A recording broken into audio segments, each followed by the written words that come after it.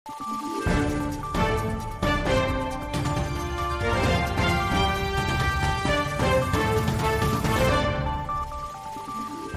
araw, Pilipinas! Ito ang Valiente News hatid sa inyo ng Office of the Vice President.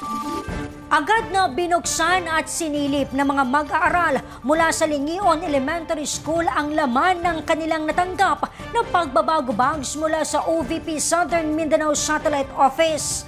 Ang kwento ng pagsisikap ng mga kabataang Higawnon sa Talakag, Bukidnon. Saksihan natin sa ulat ni Jera Gomez.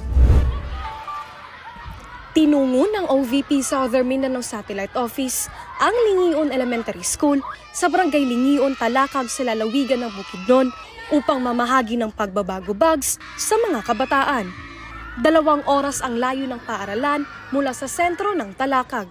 Kwento ni Teacher Gay, mayroon silang mga mag-aaral mula sa tribong Higawnon. Pagtatanim naman ang pangunahing hanap buhay ng kanilang mga magulang.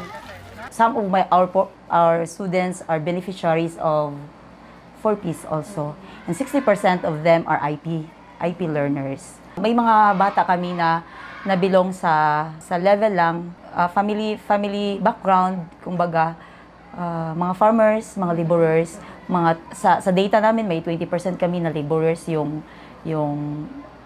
20 to 30% na laborers yung mga parent nila. 10% lang yung may farm.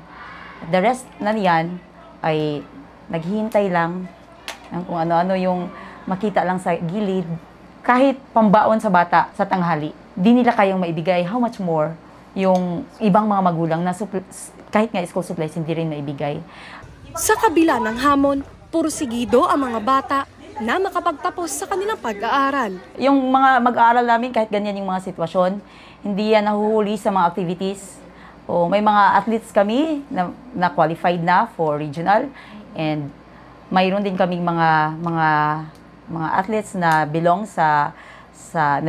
at nanalo din sa Festival of Talents. Sa kabuuan, pumalo sa 329 learners ang nakatanggap ng pagbabago bags na naglalaman ng school supplies, dental kits, kapote at bag tag. Agad namang binuksan ng mga mag-aaral ang natanggap na pagbabago bags. Ang iba sa kanila, excited na gamitin ang natanggap na bagong raincoat. Ipinagpapasalamat din ni Nanay Marilyn ang natanggap na pagbabago bags ng kanyang anak dahil malaki umano ang kanyang matitipid sa school supplies. Makatipid na dyan, ma'am. Kaya natagaan naman sila kuha ninyo, bag. Thank you kayo, mamoy, sa yung nahatag. We are very happy and thankful for this opportunity.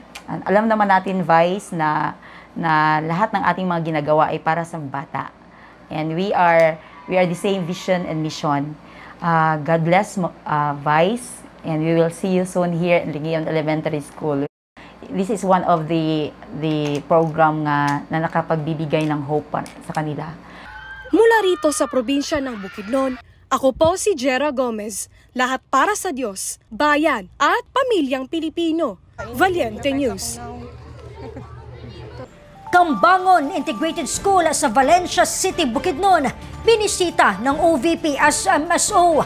Kabuuang bilang ng mga ipinamahaging pagbabago bags sa Bukidnon Province. Abangan sa susunod na episode.